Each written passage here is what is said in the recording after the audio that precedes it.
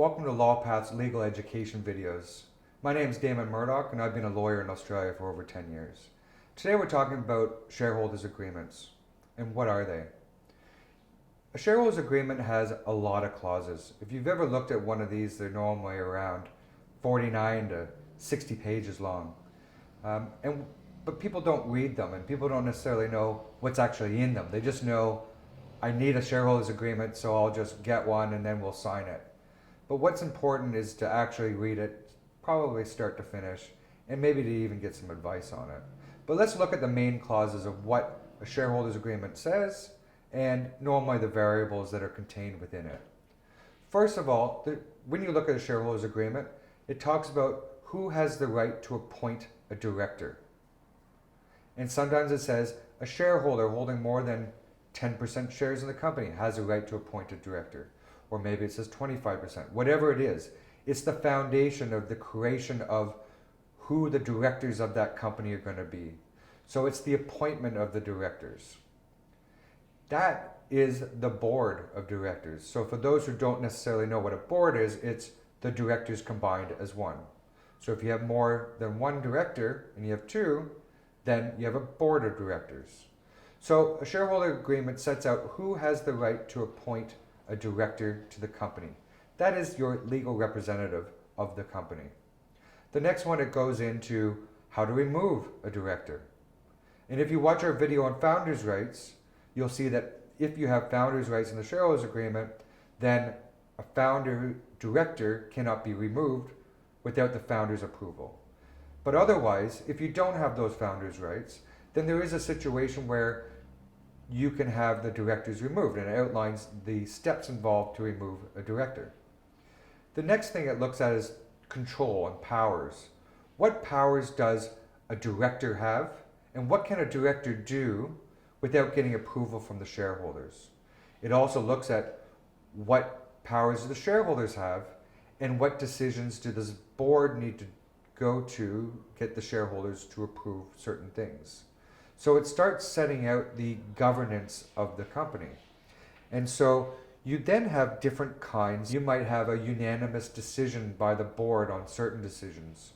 You might have a simple majority decision regarding shareholders on certain decisions, normally being 51%. You might have reserve powers or special resolutions, which might be 65% of shareholders or 75% of shareholders. And so it starts to lay out what can a board do on its own and what kind of decisions need to be made to make those decisions. And then it looks at what the shareholders can do and when do the board have to get the shareholders to approve certain things. The next step is looking at, well, what happens if we have a situation where the company is about to be sold or can be sold? Well, there's something called a drag-along right. And a drag-along right normally says something along the lines of, if you have shareholders holding 85% of the company or 90% of the company or 75% of the company, and they have a genuine offer at arm's length to sell 100% of the company, then you can drag the other shareholders along on that sale.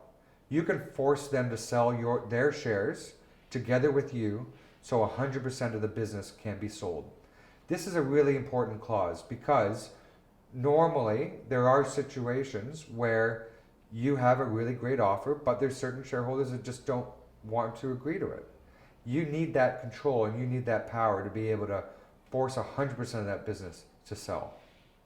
The next thing to look at is issuing shares and when you do issue shares and what the procedure is. Sometimes when a company has a right to issue shares, a lot of times you have something called a preemptive right. A preemptive right essentially looks at what rights a shareholder has in situations where a company is going to issue new shares.